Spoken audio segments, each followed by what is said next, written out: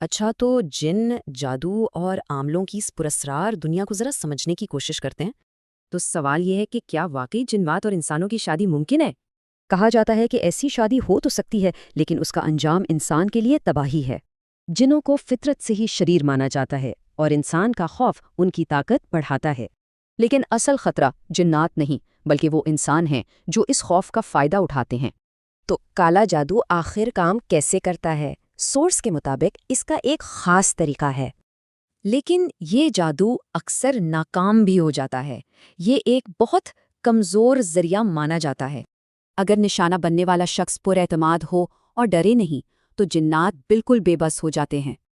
اب آتے ہیں عاملوں پر، اور اسپیکر کی تنقید کا سب سے بڑا ہدف یہی لوگ ہیں۔ ان کی دلیل یہ ہے کہ ایک حقیقی عالم دین یعنی مفتی کبھی بھی عامل نہیں ہو سکتا۔ یہ بالکل ایسے ہی ہے جیسے کوئی کہے کہ ایک شخص ایک ہی وقت میں کالا بھی ہے اور سفید بھی۔ ان کا دعویٰ ہے کہ زیادہ تر عامل جنات نہیں بلکہ مسمرزم یعنی ذہنی چالوں کا استعمال کرتے ہیں۔